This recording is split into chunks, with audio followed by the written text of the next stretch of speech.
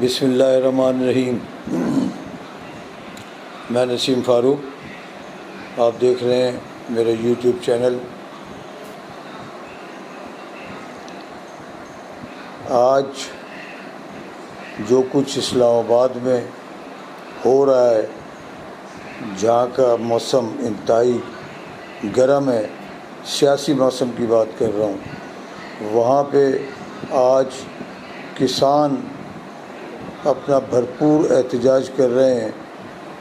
وہ احتجاج کرنے کا مقصد ان کا صرف اور صرف یہ ہے کہ سب سے زیادہ بجلی جو اس امپورٹڈ گورنمنٹ نے گرائی ہے وہ کسانوں کے اوپر گرائی ہے۔ گزشتہ سابقہ گورنمنٹ جو تھی اس وقت ٹیوب ویل پہ 8 روپے کا ٹیکس تھا، آج 26 روپے گورنمنٹ ان سے وصول کر رہی ہے۔ تو یہ ظاہر ہے کسان جو اس ملک کو پیداوار کر کے دیتے ہیں، اس ملک کی غذائی قلت کو دور کرتے ہیں، اس ملک کے لیے بہت کچھ ان کی قربانیاں ہوتی ہیں جو کہ اس قوم کے لیے وہ کرتے ہیں، تو ان سے ان کے جینے کا حق بھی چھین رہی ہے یہ امپورٹڈ گورنمنٹ، اور ان کے اوپر اتنے ٹیکسز لگا دیے ہیں، 3 گنا ٹیکسز جو کہتے ہیں 8 روپے سے 26 روپے پہ لے کے چلے گئے ہیں۔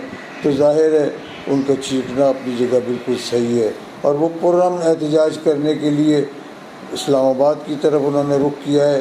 اور اسلام آباد میں آپ دیکھیں یہ بوکھلائی ہوئی یہ گورنمنٹ جس کی چیخیں نکل رہی ہیں، مگر وہ اپنی حرکتوں سے باز نہیں آ رہے۔ اس پرامن جلوس کو انہیں کھلا چھوڑنا تھا، انہیں آنے دیتے۔ انہوں نے وہاں اتنے بڑے بڑے کنٹینر لگائے ہوئے ہیں، کنٹینروں کی دیواریں کھڑی کی ہوئی ہیں، اور وہاں ان کو باہر روکا ہوا ہے، اور 30,000 FC کی فورس انہوں نے طلب کی ہے، جو کہ ابھی تک انہیں صوبوں سے نہیں ملی ہے۔ نہ جانے یہ کیا کرنا چاہتے ہیں۔ وہ جو بدماش قاتل رانا ثناء اللہ، اس نے کہا ہے کہ 25 مئی سے زیادہ برا حشر ہوگا یہاں پہ، اور میں ڈرون سے ٹیئر گیس برس ماروں گا لوگوں کے اوپر۔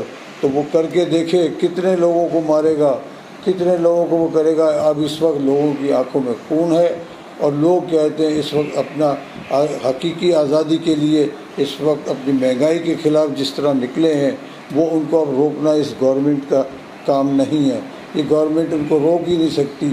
وہ صرف اسلام آباد کی طرف ایک محدود ایریے کے اندر ان کی حکومت ہے، اور وہ صرف طاقت کے ذریعے اس عوام کو دبانا چاہتے ہیں، مگر عوام کے سمندر کے آگے سب بے بس ہیں۔ ہمیشہ سے یہ رہا ہے کہ عوام کے آگے کوئی بھی نہیں ٹھہر سکا۔ اس وقت عوام کا سیلابی ریلا، عوام کا سونامی جس طرح سے اسلام آباد کی طرف بڑھ رہا ہے، اور کسانوں کا، اس پر عمران خان نے بھی اس کی بھرپور حمایت کا اعلان کر دیا ہے۔ اور اس کے بعد کسی بھی وقت عمران خان لانگ مارچ کی کال دینے والے ہیں، وہ جس وقت بھی لانگ مارچ کی کال دی جائے گی، لوگ کہتے ہیں اسلام آباد کی طرف نکلنا شروع ہو جائیں گے۔ اس وقت KPK سے، اسلام آباد سے، پنجاب میں وہ خود لیڈ کریں گے اس لانگ مارچ کو، اور KPK سے، گلگت بلتستان سے، آزاد کشمیر سے یہ ریلے وہاں پہنچیں گے۔ اس کے بعد کہتے پھر جو گورنمنٹ کا ٹھہرنا ناممکن ہو جائے گا، اور یہ انشاءاللہ نوشتہ دیوار اپنی پڑھ لیں، یہ ٹھہر نہیں سکیں گے۔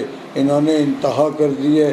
لوگوں کے پاس، لوگ روڈوں پہ بیٹھ کے بورڈ لگا کے، جو شریف النفس لوگ ہیں جو مانگ نہیں سکتے، وہ بورڈ لکھ کے لگا رہے ہیں کہ ہمارے پاس بجلی کے بل بھر دیے، ہمارے پاس کھانے کے پیسے نہیں ہیں۔ منہ سے نہیں مانگ رہے، لوگ اتنے مجبور ہو گئے ہیں۔ ان کو لوگ دیکھ رہے ہیں، ان کی حالت پہ ترس کھائیں۔ لوگوں کے گھروں سے کہتے ہیں لوگوں کو روٹی چھین لی ہے اس گورنمنٹ نے، امپورٹڈ گورنمنٹ نے۔ وہ بھگوڑا جو نااہل ہے، سزا یافتہ ہے، اس کا اس ملک کے معاملات میں بولنے کا کوئی رائٹ ہی نہیں ہے۔ وہ وہاں سے بیٹھ کے اس تمام وزیر اعظم کو اور کابینہ کو بلاتا ہے، اور ان کو کہتا ہے کہ جی اقتدار سے چمٹے رہو، اور نہیں چھوڑنا اقتدار جب تک کہ تم سے چھین نہ لیا جائے۔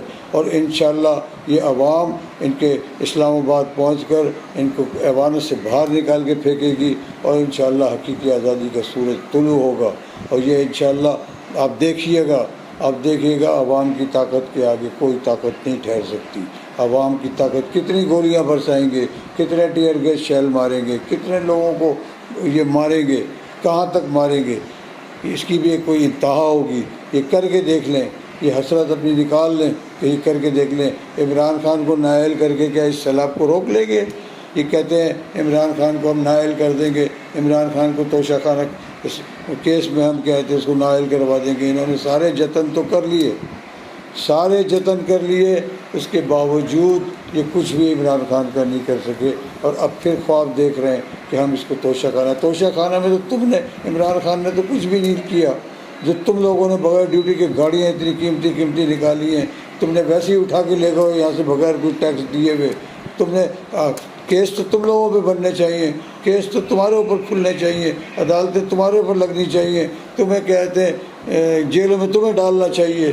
تم لوگ سزا یافتہ، تمہارا بھائی جس کا نام ہے نواز شریف، تم کہتے ہیں جب وزیر اعظم پاکستان بنے ہو 16 ارب کی منی لانڈرنگ کر کے بیٹھے ہوئے ہو، ادھر وہ آصف زرداری جو کہتے ہیں جس نے اربوں روپے کی منی لانڈرنگ کی ہے، وہ ان پہ کیسز، اور آج ایک ایک کر کے سارے کیس ان کے ختم کیے جا رہے ہیں، نیب کے سارے قوانین تبدیل کر دیے گئے، اور ہماری عدلیہ کو نوٹس جلد سے جلد لینا چاہیے۔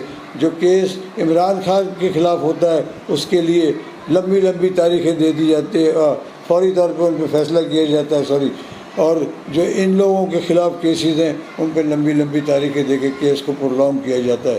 تو ہم عدلیہ سے، اپنی معزز عدلیہ سے درخواست کرتے ہیں کہ ان کے خلاف جو بھی کیسز ہیں، جو بھی کرپشن سے متعلق کیسز ہیں، اس کا جلد سے جلد فیصلہ کریں، تاکہ اس ملک کو ان 24 ارب روپے کے جو انہوں نے ہڑپ کرنے کے چکر میں ان کے حلق سے ڈال کے وہ پیسے نکالے جائیں۔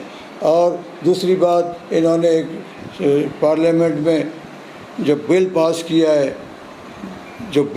کیا ہے جس کو صرف انہوں نے کہا تھا کہ ہم خواجہ سراؤں کے خلاف یہ بل لا رہے ہیں، آپ اس کی تفصیل تو دیکھیں، اس ملک میں اسلامی جمہوریہ پاکستان میں کیا ہو رہا ہے، یہ دیکھیں، ایک المیہ سے کم نہیں ہے۔ اس میں انہوں نے کیا کچھ کیا، وہ بل انہوں نے لا کے منظور کر لیا ہے پارلیمنٹ نے، دونوں پارلیمنٹ نے، یہ سینٹ نے اور قومی اسمبلی نے۔ تو یہ بل اس اسلامی ملک میں زیب دیتا ہے، یہ زیب دیتا ہے اس ملک میں۔ ہم جنس کا جو کہتے ہیں آرڈیننس انہوں نے نافذ کیا ہے، قانون پاس کیا ہے، یہ اس ملک میں نافذ ہوتا ہے۔ وہ بلاول زرداری جو کہتے ہیں امریکہ میں گیا ہوا ہے، سیر سپاٹے کر رہا ہے، اس کو اس وقت سندھ کے اندر ہونا چاہیے تھا۔ سندھ کے اندر حالات دیکھیں جس کے اوپر انہوں نے 15 سال 16 سال انہوں نے حکومت کی ہے اقتدار، اور آج بھی ان کے اوپر مسلط ہو کے بیٹھے ہوئے ہیں۔ انہیں ان سیلاب زدگان کا خیال نہیں ہے جو اس وقت قسم پرسی کی حالت میں، جن کو کھانے کے لیے روٹی نہیں ہے، پینے کے لیے صاف پانی نہیں ہے، اور دوائیں نہیں ہیں، مچھر اس قدر مچھر ہو گئے جس کے لیے مچھردانیوں کی انہیں ضرورت ہے۔ وہ امدادی سامان تھے، انہوں نے وہاں سے وڈیروں نے چوری کر کے غائب کر دیا، کدھر گیا اللہ جانے۔ اب یہ ساری صورتحال ہم سب کے سامنے ہے۔ تو قوم کو اس قدر کہتے ہیں مجبور کر رہے ہیں کہ یہ لوگ کہتے ہیں روڈوں پہ آئیں اور کہتے ہیں اس حکومت کا تختہ الٹیں، ان کی گریبانیں پہ ہاتھ ڈالیں اور ان کو ایوانوں سے نکال کے باہر کھینچ کے پھینکیں۔ تو یہ صورت حال ہو رہی ہے، اور اس وقت ان کو چاہیے تھا کہ یہ ان دونوں لوگوں کو بلاتے، ٹیبل پہ بٹھاتے جو مقتدر حلقے ہیں، جو اسٹیبلشمنٹ ہے، نہ کہ وہ ان کو شیلٹر دے رہی ہے کہ امپورٹڈ گورنمنٹ کو ان کے پیچھے کھڑی ہوئی ہے، اسی لیے وہ شیئر ہوئے ہیں۔ اگر وہ ان کا ساتھ چھوڑ دیں اور نیوٹرل ہو جائیں تو یہ گورنمنٹ 1 گھنٹہ نہیں ٹھہر سکتی۔ اس وقت خدا را اس ملک کا خیال کریں، خدا را اس ملک کو بچا لیں۔ اس پہ وہی 71 والے حالات پیدا ہو رہے ہیں اس ملک کے ساتھ۔ اللہ نہ کرے کوئی اس ملک کے ساتھ کوئی بڑا سانحہ نہ ہو جائے، اللہ نہ کرے۔ خدا کا واسطہ آپ لوگ اس ملک کو بچائیں، اس ملک کے لیے اس ملک اس وقت آپ کو دیکھ رہا ہے، آپ کی سارے لوگوں کی نظریں آپ کے اوپر ہیں۔ آپ کو اس ملک کو، آپ کا فرض بنتا ہے کہ آپ کھڑے ہوں اور اس ملک کو سنبھالا دیں۔ صاف اور شفاف الیکشن کرانے میں کیا حرج ہے؟ اقتدار جس کو جاتا ہے اس کو دے دیں، وہ فیصلہ کرے گا جو بھی اس ملک کے عوام جس کے ساتھ ہیں وہ الیکشن میں جیتے گا اور وہ جیت کے اقتدار میں آئے گا۔ آپ ان کے اوپر یہ سارے فیصلے چھوڑ دیں، چاہے وہ آرمی چیف کا فیصلہ ہو، یا وہ جو بھی فیصلہ ہے، اب یہ ان چور لٹیروں سے آپ فیصلے کرائیں گے جو ضمانتوں پہ بیٹھے آئے ہوئے ہیں، جو ان کے اوپر منی لانڈرنگ کے کیس ہیں، اربوں روپے کی کرپشن ہے، یہ فیصلے کریں گے اس ملک کے؟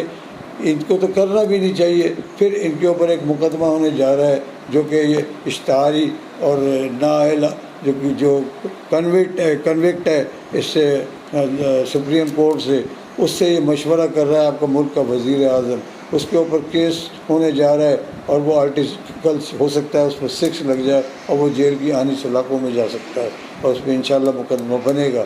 اس ملک مقدمے کی تیاری ہو رہی ہے اور مقدمہ اس پہ جلد ہونے والا ہے۔ اس کے ساتھ ہی ہم آپ سے اجازت چاہیں گے، انشاءاللہ باقی بات آئندہ بھی لاگ میں ہوگی۔ السلام علیکم۔